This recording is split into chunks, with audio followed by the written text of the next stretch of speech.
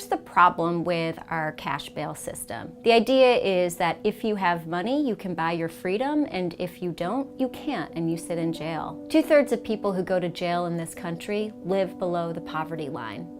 Incarceration only perpetuates that inequity. The easiest way to think about the cash bail system is that it's criminalizing poverty. So here's how bail works.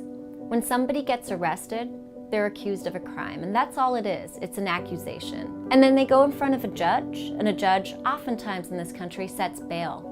Doesn't matter how serious or how petty the offense is. In fact, the vast majority of people who are sitting in jail in our country are there on low-level crimes, on low-level offenses.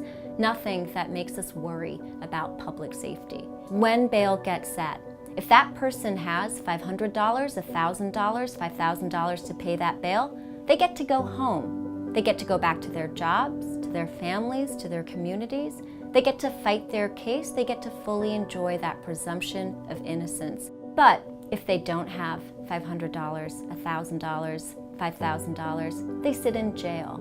And what we know is when somebody is sitting in jail, they're more likely to plead guilty just to get out.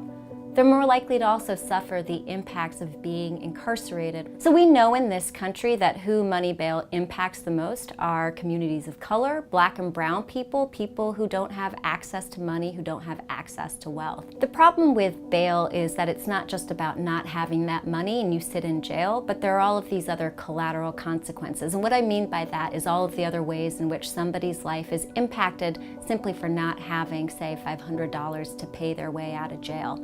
That might be that you lose your job. It might be that your kids are taken away from you because there's nobody else to take care of them. It might mean that you fall behind on your rent and you can't afford your apartment or your home, and then suddenly when you come out of jail, you're homeless. There are so many other impacts like that the cash bail system has, that it's not simply about money in your criminal case, but it's really about a person's life. So mass incarceration in America is 2.2 million people in jails and prisons. And what doesn't get noticed nearly enough is jail is the front door to incarceration. In this country, there are 11 million admissions to jail every year.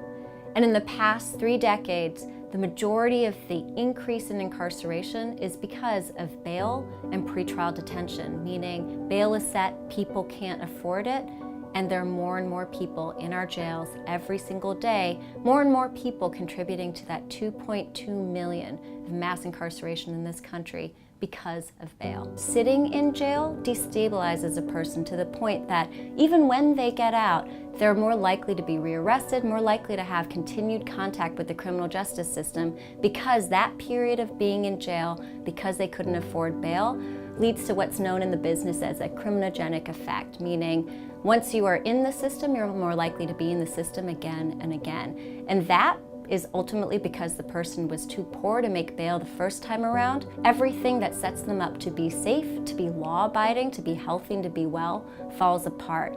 And that is what the criminalization of poverty is.